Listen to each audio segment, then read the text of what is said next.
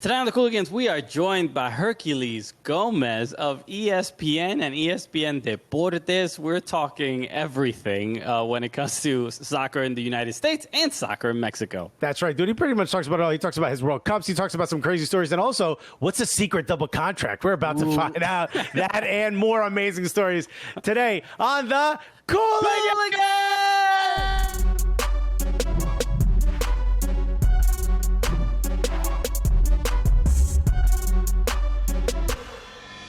Yeah, baby!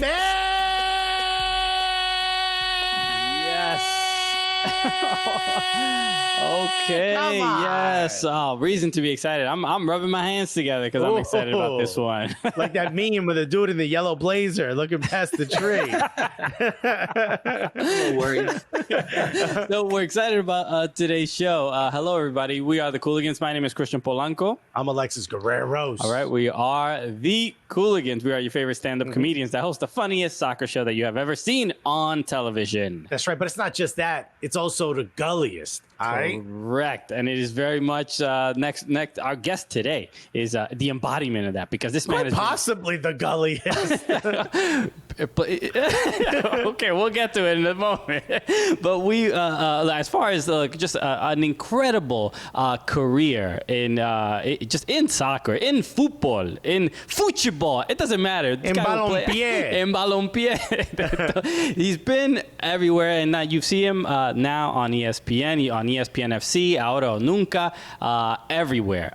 So we're excited about our guest today. Alexis, please introduce our guest. Absolutely. I mean, you know how it happens, right? You're trying to find something on an ESPN. You're not sure which of the channels, so you start going through all of them, and the game isn't on, but this dude's face is on every one of those channels. Like, what's my man doing on ESPN Classic? Why is he on ESPN News? Why is he on ESPN Deportes? That's because the dude doesn't know how to not have many, many jobs. He went from being a superstar in soccer to now a superstar on media. Slow down, leave a little meat on the bone for the rest of us. Ladies and gentlemen, unless you're driving, the one, the only, finally on our show, Herculez Gomez! What's up, boys? Herculez. What's up? Hey, man. Thank you so much for finally joining us. We've been trying to do this for a long time. We are huge fans of you. Yes, and we got to, we met for the first time at MLS Cup in Atlanta. That's right. In the hotel lobby. That's right. Was it? No, Yeah. well, I think it was in the stadium. I don't remember exactly. In the stadium, yeah, Oh, I remember the okay. tunnel. Yeah, so I should mention we did an interview with you on this is what, 2017? When was that MLS Cup? 2018. Atlanta's MLS Cup. MLS Yeah. Cup, right? So we did that interview with you, and all of the stuff was sort of new to us, and we brought like a camera, and we got the media credentials, we did the whole thing. We messed up the audio. We have no audio of that interview with you. No. It's just your face moving. That was like the best interview I've ever done. Yeah. It's a shame. It's a But shame. you know what? It kind of reminds me of how I sometimes watch you on ESPN on mute. It was kind of nice. You're not the only one. You're not the only one. You, by the way, Alexis, you hurt me with that ESPN Classics one. I was like, ouch! How old do you think I am? I was just trying to find all the channels in my head. No offense. Right. You know the problem is when you watch ESPN Deportes, I always make fun of ESPN Deportes because it's like you've got these old dinosaurs who are talking about soccer in this like very serious way, and then there's me. I am the you guys of the Deportes world. Like everybody's like, why is he talking soccer? Yeah. What's this guy doing? You know? My favorite. What was the show you brought up? Not Raza. What's the Yeah, Raza Deportiva. Raza Deportiva? That's one of my favorite shows to watch because it's just like the old kind of like I don't even know. It's like the dude with the scarf tucked under his lapel, who's clearly. Oh, you're talking about Football Picante. That's what you're talking about. That's Yeah. the That's one. what you're talking about. I love that show because I'm like, what are they even talking about? They're literally just offending each other as much as possible. Yeah, pretty much. But you got to be on your toes in that show. I love it. You can't say anything off air because it will be used against you. Yeah. But what I love about it is you've been able to sort of take the same thing we knew about you on the pitch, which was, never going to stop going after the ball, always gunning for a goal, never going to stop outworking the person next to you. And you've now taken that into media. Talk a little bit about that transition because it happened pretty quickly for you. Yeah, it happened kind of strangely. So when you get into your latter years in soccer, you start thinking about what you want to do. At least if you're being smart about it, you don't want to have it because a lot of us don't have that luxury. It's taken away for whatever reason. You get cut, you have an injury. a lot of different things can happen, and it's beyond your control, and it gets taken away. I had a situation where I was already kind of thinking of what I was going to do when I was like 30, 31, and I wanted to go into soccer after my retirement, but in an administrative role. I wanted to be a GM. I wanted to be like the director of, sporting director. And I remember talking to Chris Henderson, who's actually a sporting director with the Seattle Sounders. We played them in the CONCACAF Champions League. And this is back in the day when I was playing at Santos, and we always ended up playing against the Seattle Sounders in the CONCACAF Champions League. Whether it was quarterfinals, semifinals, we would always end up playing them. And I remember having a few conversations with them. And on one, he asked me what I wanted to do after soccer. And it's kind of stuck with me. I was like, I kind of want to do what you do. And he's like, well, if you ever want in your vacation to come and shadow me with the Seattle Sounders, you'd be more than welcome. And I was like, I really appreciate that.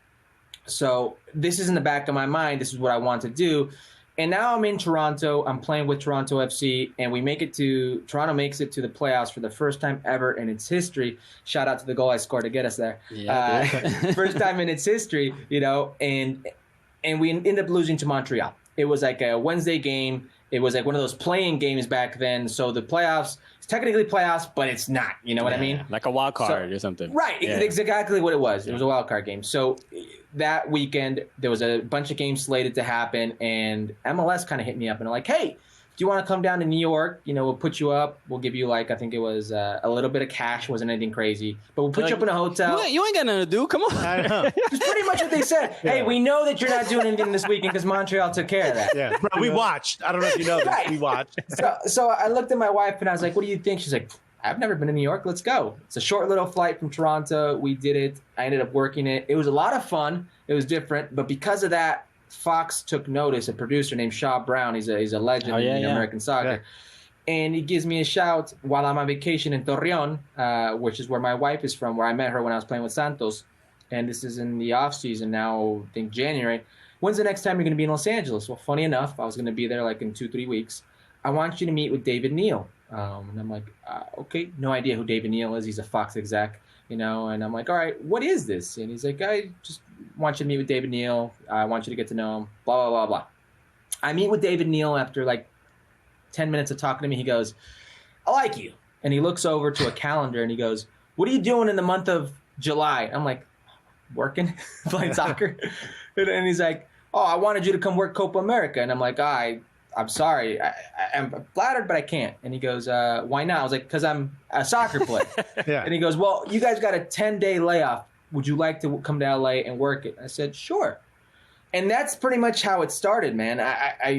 Funny thing is, I got in a position where I was going to call games. I called a game. It was Bolivia versus Panama, Copa America in Seattle, but I'm calling it off monitor in LA, and I'm doing it Mark Followell.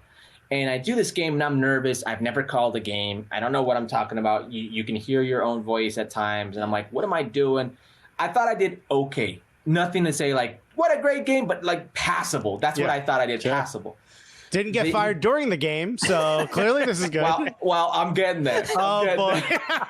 So the next day, I believe it's like a triple header in Mexico. Uruguay is one of the games, and I'm working the studio show with Alexi and Fernando Fiore, who's a god in like the Atlantic sports world. Yeah, legend. And Rob Stone. And I'm working the studio show, and about midway through after the first game, David Neal calls me over. There's the Fox exec, and he goes, listen, the rest of the games that you had this week, you're no longer going to do. And I'm like, oh my God, I was that terrible. And he goes, we're going to have you in studio the rest of the games. And I'm like, okay. And he goes, that's okay with you? And I'm like, yeah. And he goes, this is a good thing. And I'm like, yeah. And he leaves, and I'm like, I just got fired. I was that bad calling a game. Shaw Brown comes over and explains to me, no, this is a great thing. This is where you want to be. Yeah. And that's kind of how it started, my relationship with like media. So that tournament ended, and he literally offered me a job. Retire right now. Don't go back to the Seattle Sounders. And I didn't want to end my career that way. I was like, no, I can't. Yeah. But I would work FIFA fixture dates with Fox, national team players would go, and I would go, but part of the media. You had an MLS Cup to win. You weren't done. That's right. Yeah. Versus Toronto, take that. Exactly. All right, we'll be back. Yeah, exactly. We'll get back after this.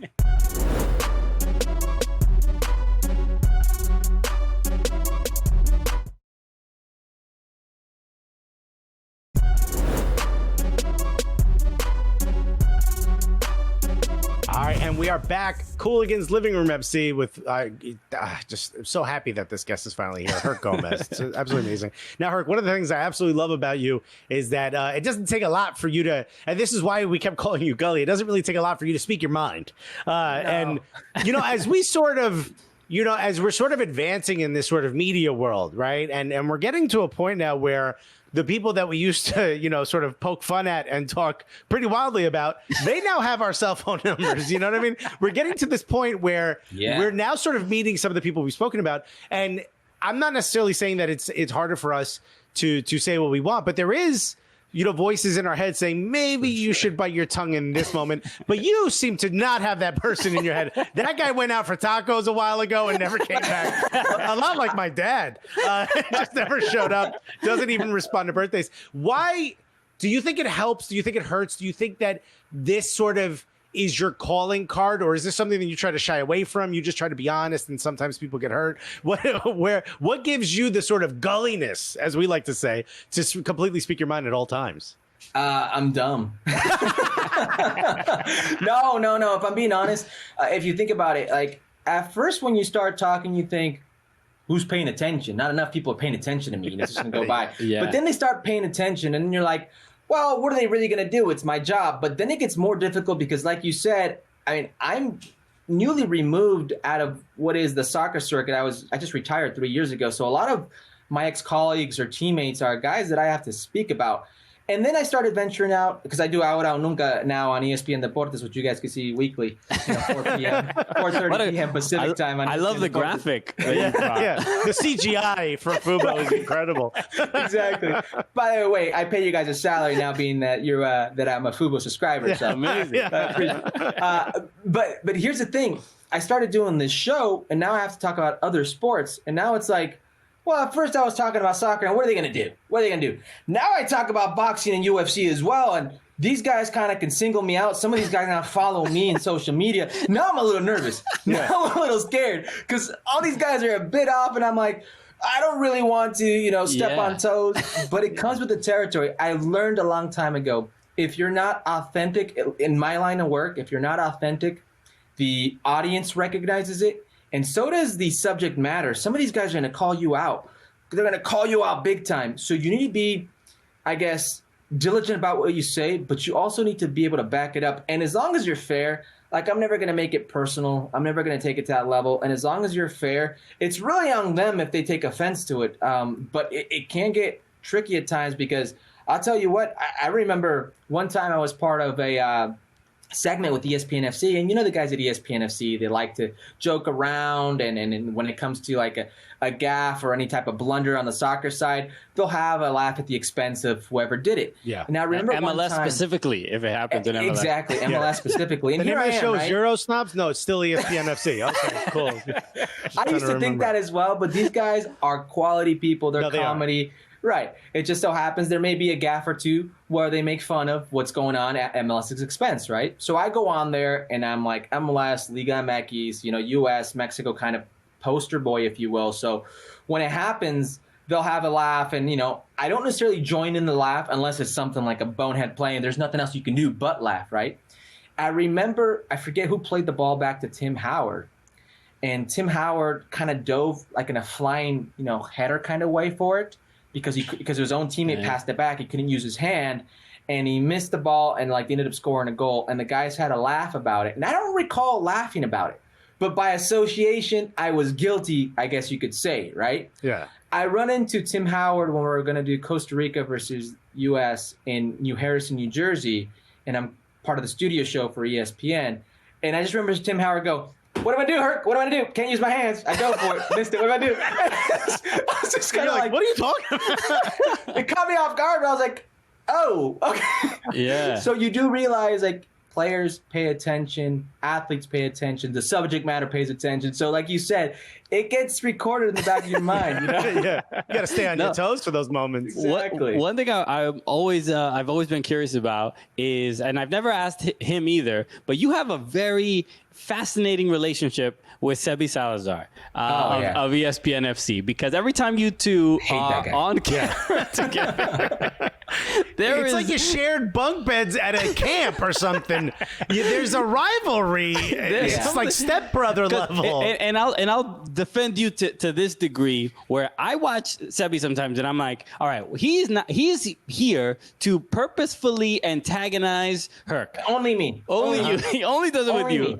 Only me. Every bullet in his gun has your name on it. Right. He goes, I know you're going to defend this, so I'm going to poke at you until you explode.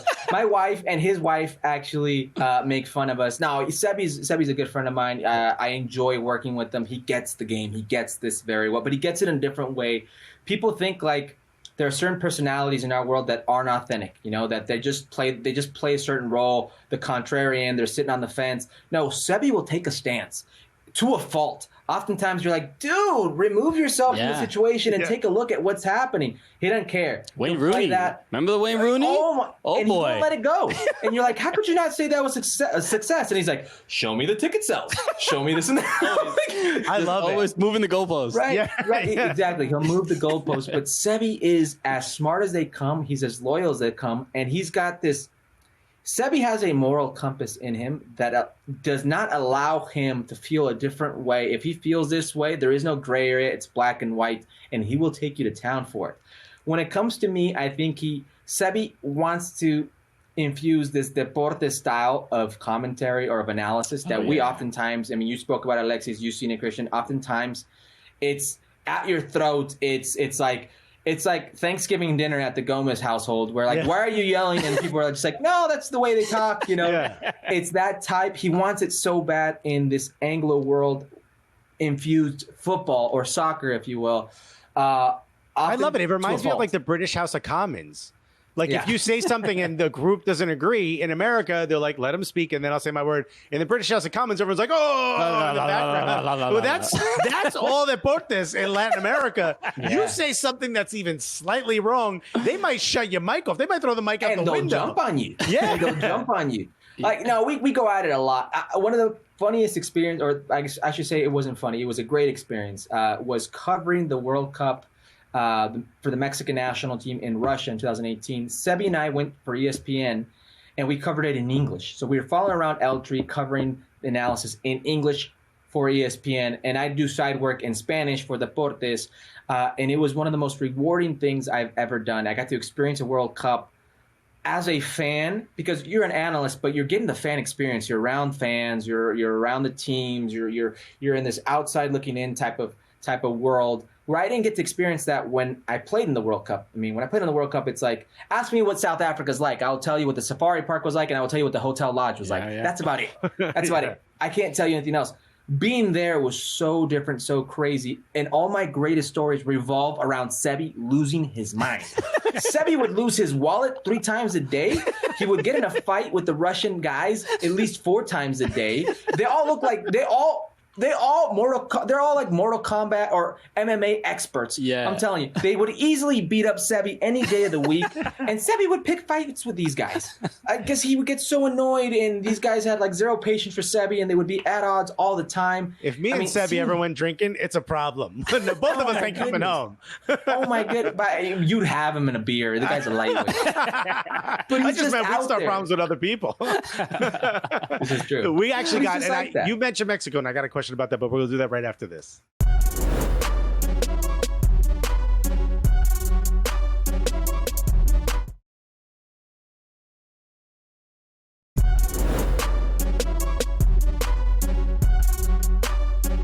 All right, and we're back on the Cooligans Living Room FC with Herc Gomez of ESPN, ESPN Deportes, and all the other ones.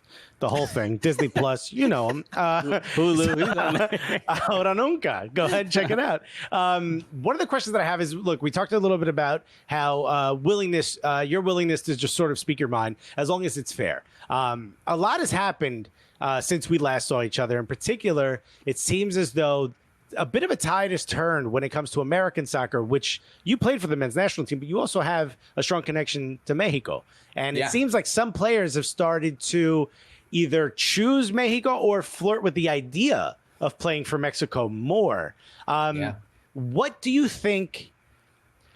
I kind of struggle because part of the question I want to ask is where are we as America failing? But I think the stronger question is probably what needs to change to get there. So maybe from your viewpoint, why do you think that decision is a little bit easier, seemingly, for people to make for the young players to make to choose Mexico? And is that a tide that can stop? Is that something that the U.S. soccer can do to change that? Yeah, I think you're referring to Jonathan Gonzalez, which was one of the first players that this happened to in recent times, and then Efrain, Alvarez for the Galaxy, who's kind of been flirting with U.S. and Mexico at a youth national team level. He's obviously got a very bright future. He's super important. Yeah, he's going to be a very good player. Mexico has him on his radar for a reason. The United States should have him on their radar for a reason. But it's representation. I mean, when you look at U.S. soccer across the board, go into the website, look at the board. When you look at the chair, when you look at certain individuals at an electoral position, who looks like us? How many minorities are there? They talk about this diversity task force. Who's on it? Why is it that I had a 17-year career, had a very off the beaten path type of trajectory. Didn't play youth national teams, didn't go to college. But I still got to the U.S. men's national team. I played in a Copa America, played in a World Cup, played in a Club World Cup. Why is it I got to where I was? Can they benefit from maybe a little expertise? How is it that Jose Torres got to where he was? How is it that Michael Orozco? How could DeMarcus Beasley help them get more kids from African American communities, from urban communities? Why isn't the net cast further enough for us to get these kids who are slipping through the cracks? Why is the sport so expensive in our country? They've never once picked up the phone. They've never once talked to DeMarcus Beasley or Jose Torres or Michael Orozco or myself and be like, hey, what can we do to get more kids like you? What do you think? What are we not doing right? The arrogance of it's comical if you really think about it, and it still happens to this day. That's why these kids all of a sudden, their parents, when they have a decision to make of helping their kids, guiding them of where they want to play, these kids are born in the States. They identify with the American school system. They identify with their friends. They speak Spanish and English at home. They identify to the multicultural. It's just as easy for them to play for Mexico as it is the United States. Yeah. What incentive do they have to play? And I'm not talking about make it easy, pay them. I'm not talking about give them the jersey, the opportunity, make it that much. I'm talking about make it relatable to them. Understand what their parents, these immigrant parents coming to this country looking for a better life, these second and third generation kids, understand what they're going through on the daily, understand the struggles, and we unfortunately do not do that. Yeah, there is we had spoken to Sebastian Salcedo, who also represents Bofo. Feeling it right now, Pumas. And we spoke to him and kind of had that conversation about that. Same thing, immigrant parents, and there is an appreciation that we have for the United States that includes that Latino experience, and America doesn't just have to be what Captain America and the traditional sort of things that we are given. But we also spoke to Giuseppe Rossi, who kind of spoke to the same thing in a non-Latin sense. He was like, in my house, it was Italian soccer only. So he was like, to me, he's like, everyone paints it as a decision between the U.S. and Italy. He's like, to me, there was no decision. If Italy called you, that was your grandfather's dream. That was your father's dream. That was your mother's dream. It became my dream. It's a very intimate and personal decision. I mean, I can't tell you how many times I've run across, and this is the funny thing with me, I guess the identity, I don't know if you guys were the same growing up, but I heard oftentimes, stop acting white. Oh, yeah. Because I didn't speak with an accent. I'm like, the guy who was telling me, had never been to Mexico, had never been to Latin America, but he speaks with an accent because that's the way he heard it at home. And he's telling me, stop acting white. And it's like, why? Well, what does this mean? We have this identity issue growing up, and when you're forced to pick, it's like, why do I have to choose? This is who I am. I'm Mexican American. Yeah. My roots, my Mexican roots are just as important to me as wearing the U.S. men's national team jersey, or, as having dignified representation. Like, I will do everything in my power once that jersey is on to make sure it is represented in the best possible manner. But I'm also gonna, drink some Coronas and Modelos and eat some tacos with my family and Las Rancheras and whatnot. As like the same thing when 4th of July, listening to Jay-Z or Kanye and get some hot dogs on the grill. Exactly. I have the luxury, the benefit, and the privilege and honor of being multicultural. That's not a bad thing. Exactly. Yeah. I used to be, these people used to tell me stop acting white. And then if I was on the phone up until I was about 17 years old, they'd be like, oh, well, thank you, miss. I'm like, okay, wait, hold on. That's a difference. Hey, wait, hold on. I think I guess what happened? Is there something wrong with the phone? Sorry, this is the 5th phone you've returned. I think it's hello, Christina. To me, it's like if look, Cuban obviously it wasn't a soccer powerhouse, but growing up, the house I grew up in was like Little Havana, and if the Cuban baseball national team called and said we want you to play here, and America said we want you to play here, it would be a difficult decision, and my grandfather would be sitting there crying with the Cuban flag, being like, I guess you could decide whichever one you want, Papa, but like. I could understand how difficult that decision, but it does seem that maybe as early as maybe 10, 15 years ago, really when you were sort of maybe even starting, it was an easy decision to pick America because it was like everyone, all hands on deck, U.S. soccer, we're building up to this point. And Mexico seemed like it was all like kind of erratic for the national team. But now it seems like it's becoming an easier decision to go the other way. So it's important, I think, like what you said, that representation will make a huge pull. And it's a little of a shame that they haven't reached out yet. Yeah, well, I don't know if they'll ever do it. I think it's important to understand where you're failing on all levels. This missing of the 2018 World Cup wasn't just one game. If you say it's one game, you're papering over the cracks. You're papering over what's really important here, what we haven't done as a footballing nation. You look at other countries around the world, the most prominent footballing countries, France, Belgium, like a lot of immigrants on this team. There's a lot of infusion of different nationalities coming together, for what is now the I guess new world order. Every country is infused with immigrants. It's what we are. It doesn't mean we can't have love for our roots, our heritage, and have love for where we are today and be grateful for what said country has given us. If anything, I think that's very important. But I come across kids all the time. I did it when I was playing. Whatever team I was on in Mexico, they're called Fuerzas Básicas, which is like the reserve system, the academy. There'd be American kids littered across this team, from the U20s to the U17s to the U15s, U13s on.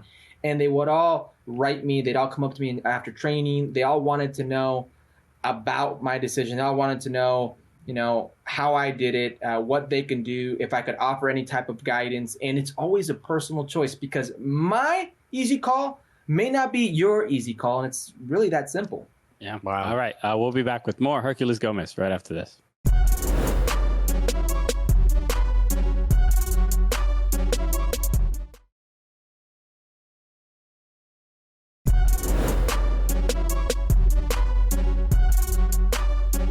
All right, we are back.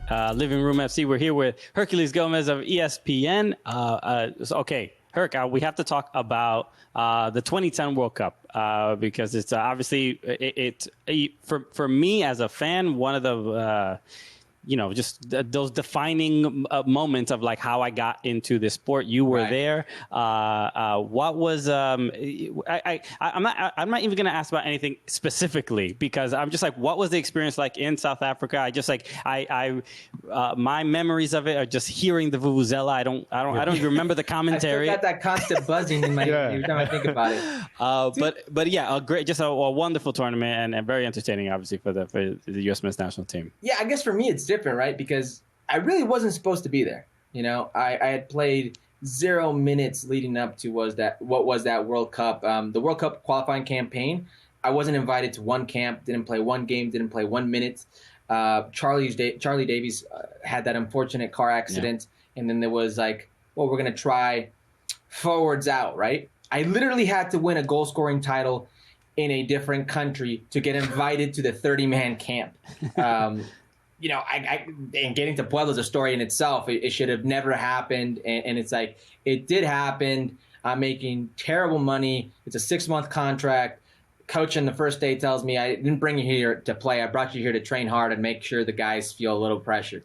So that's like, all right. I guess I'll collect my check. Yeah, guess I'll collect my check and then bounce after 6 months and see what I could do. If not, look for a teacher's credential and call it a day, right? Yeah. That's what my buddies were doing. That's what my buddies' jobs were at the time, my peers. So it really was kind of all or nothing type of season. I do well, go to the World Cup out of nowhere, and it's like, Vegas kid, house money. This is all house money. Yeah. I'm not supposed to be here. You know, I'm going to play against England, or so I thought, you know. I'll tell you a quick little funny story about this. I am set to play against England. Bob calls my number.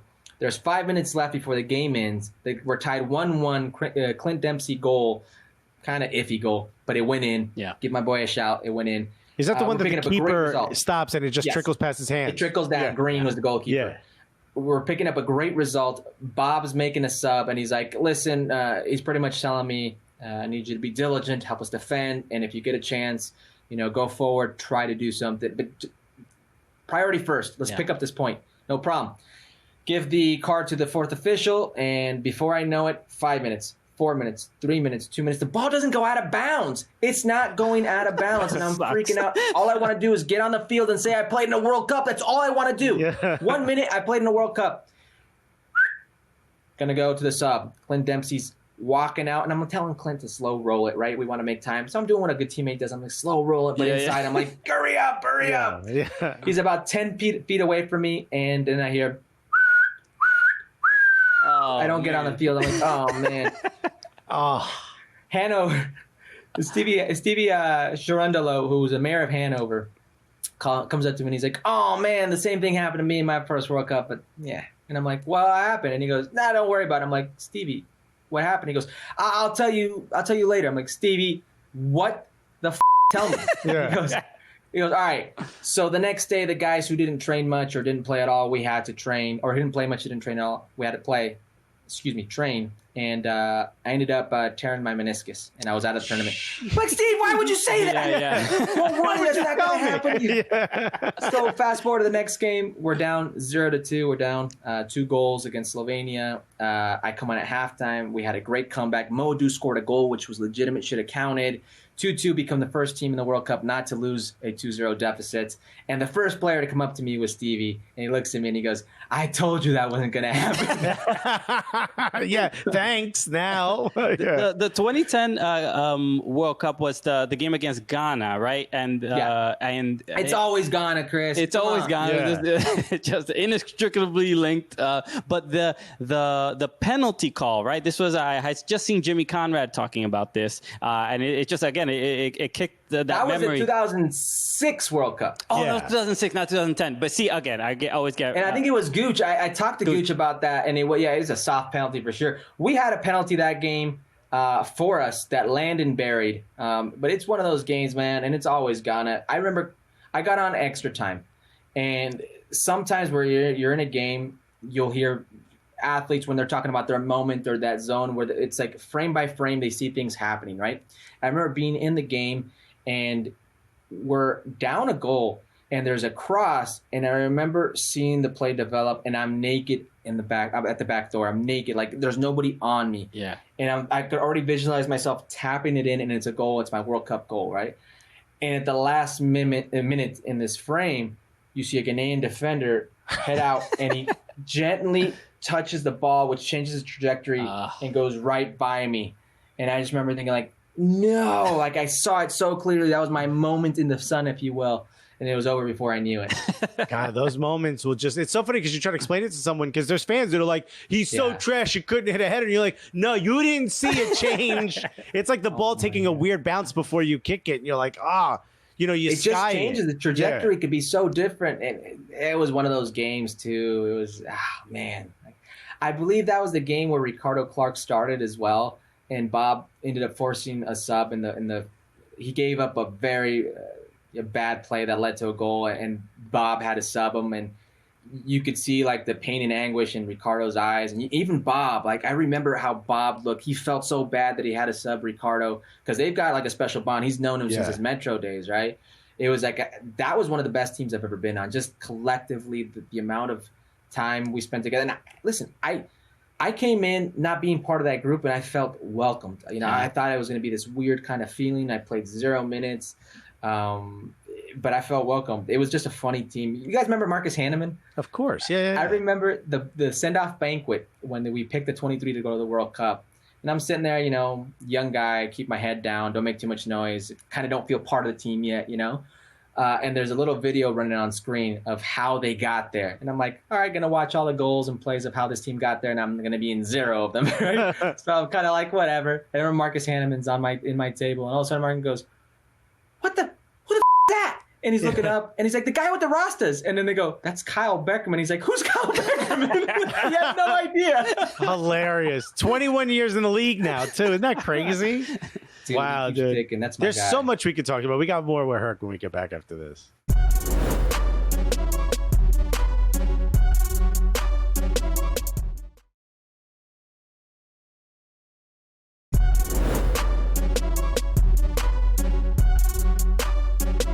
All right, welcome back. We are here with Herc Gomez, and we have. I wanted to ask about your time at Liga MX. You have, going through your career and looking at all the teams you played for. I honestly, this is the first time I went to your Wikipedia page just to confirm. By the way, whoever did my Wikipedia page absolutely hates me.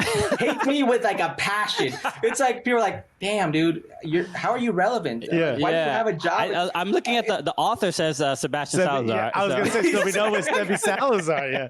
So we got Contributions by Max Brados. On one of the Wikipedia pages, it says I was born in Oxnard. I was like, come on, man. Like, I got a love for my 805 Ventura, but I was born in LA. Like, they hate me. Exactly. So, I mean, look, just going through some of the teams, the San Diego Gauchos, Galaxy, obviously, Colorado, you alone, it's the Sounders, San Diego Sockers, Kansas City Wizards, Puebla, San Pachuca. Diego Soccer, shout out indoor. Yeah, dude. Estudiantes, Tecos, Santos Laguna, Tijuana, Tigres, Puebla, TFC, and then Sounders. So, but obviously, there it is. Go. Whenever we have, we hear so many, stories about Liga MX, and really, with teams contracting and players not being paid, and there's a lot of we're seeing like Jürgen Damm going to Atlanta. It's like we're seeing more players that would play Liga MX would be like, you know what, I want a little bit more stability going to MLS. But what was your time there, even off the pitch for in Mexico? I got a few stories. I got trash bags and money stories, and I've got I'll make you an offer you can't refuse stories. Which one do you want? Okay. Let's go with that second one because that seems like it's something I want to hear. Okay, I've seen Godfather too. All right. Right. So I have a pretty good season where I only started 5 games, and I ended up tying this scrub. He ended up tying me for the Golden Boot. His name's Javier El Chicharito Hernandez. Yeah. I don't think we ever heard from him again, to be completely honest. No, the guy's a nobody today. He's a nobody. He tied me in the goal scoring. I only started 5 games, played 700 minutes. I ended up winning the goal scoring title. So the only difference is he gets sold to Manchester United, and I got sold to Pachuca. It's another story. Comparable. It depends who you ask. It was the little P to woe is me. So I'm in Los Angeles, and I'm training with Chivas USA because I know I'm going to be part of the 30-man camp to go to this World Cup. So it's like a 30-man tryout, and Bob Bradley chooses who he wants to go to the World Cup. I know I'm going to be in part of that camp, so I'm training with Chivas USA. I'm in LA.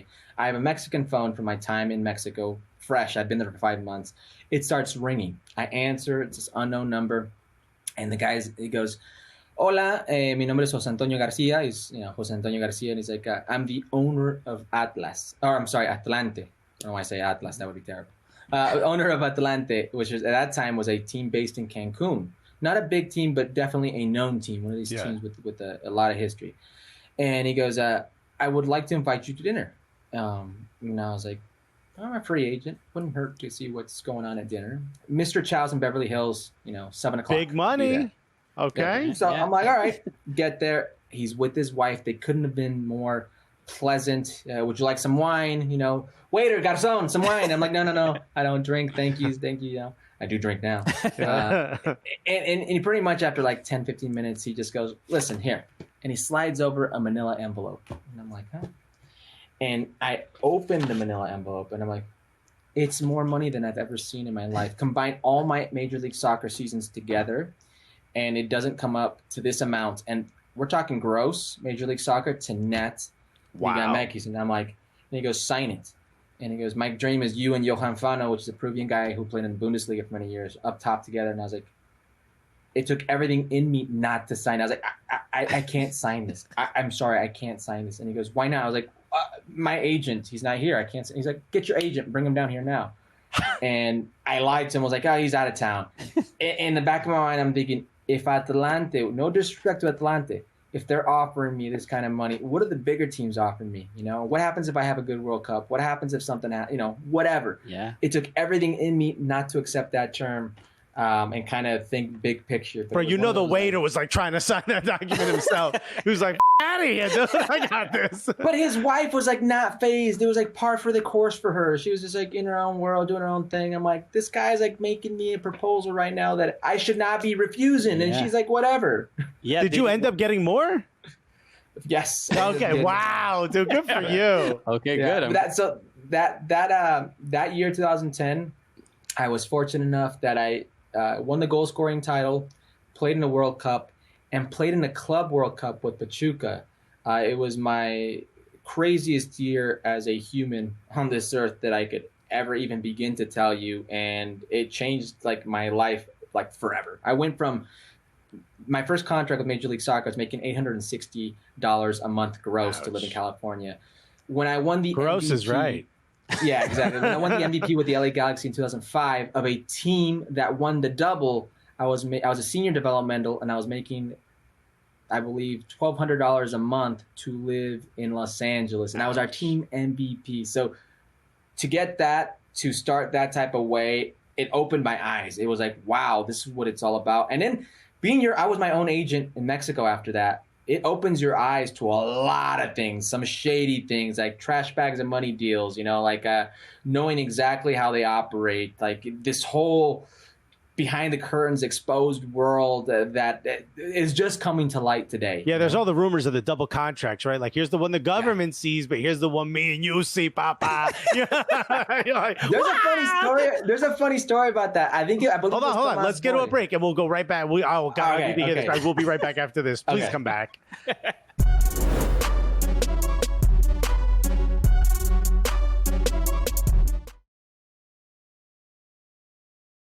Hey, it's Sebastian Saucedo, professional soccer player for Pumas, and I just kicked it with the Cooligans.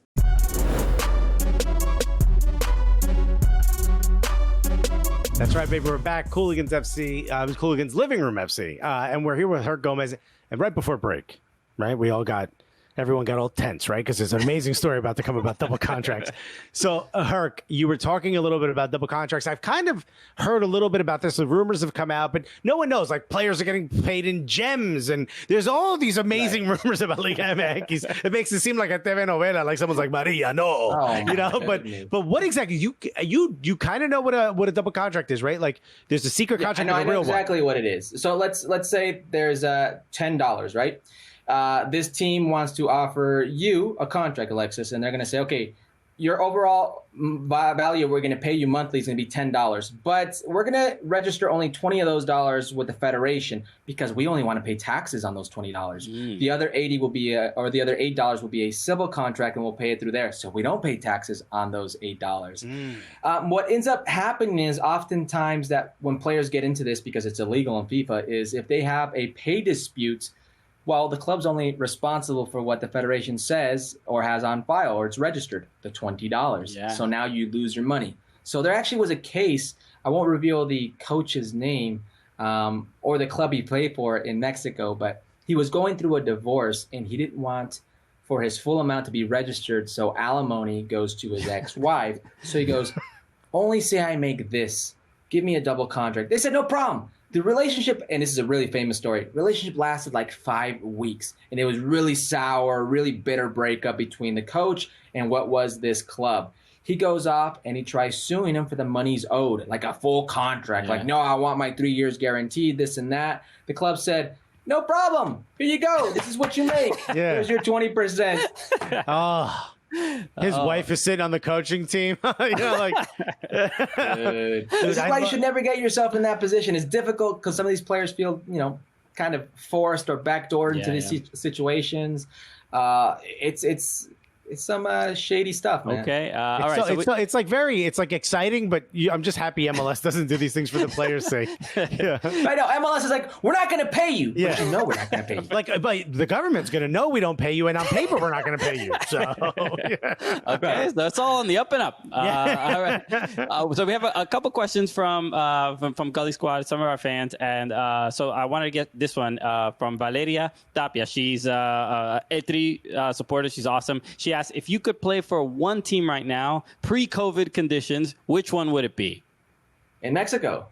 Okay, for the Mexican national team. No. Are you talking?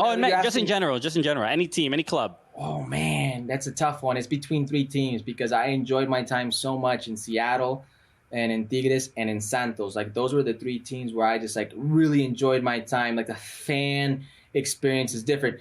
Seattle and Tigres are very similar in the way the fans treat you. Like you can do no wrong. Oh yeah. But till this day, I get recognized most from Santos fans, and they're very, very particular fans. Like you better do right type of deal. Yeah. But they're still the fans that most come up to me to this day. So any three of those would have to be my choice. It's impossible to pick one. Okay. Wow. And this question from Mike Thomas. I don't know if this is a joke of a question or a real question, but he says, which MLS team owns your rights at this moment? Do you know? That's a good one. You know what he's referring to? So when I get offered a really crappy contract by Kansas City, and Peter Vermes, shout out, we're good now, but he did me a favor. I had to go to Mexico because of this lowball offer. But they retained my rights, even though my contract, ended with them. I had no relationship with MLS or Kansas City, but they retained my rights for making this bona fide offer. Yeah. For lowballing me. So that's what he's referencing there, the joke. I guess right now, technically Seattle would own my rights, and I'd have no issue with that. Okay. That's pretty dope. All right, we're back with more Herc Gomez right after this, everybody.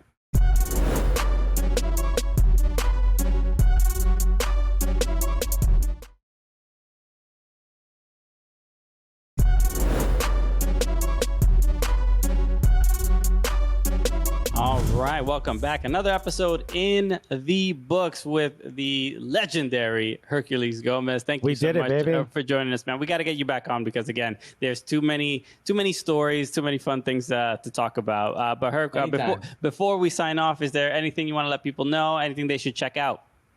No, I'm a very humble guy, modest. I don't need you guys to check anything out. I just want to thank you guys for the opportunity of having me on here. Yeah. Okay. Something came to mind. I don't know why, but Ahora Nunca. What a wonderful show. Oh, thanks. Yeah. When can people see that?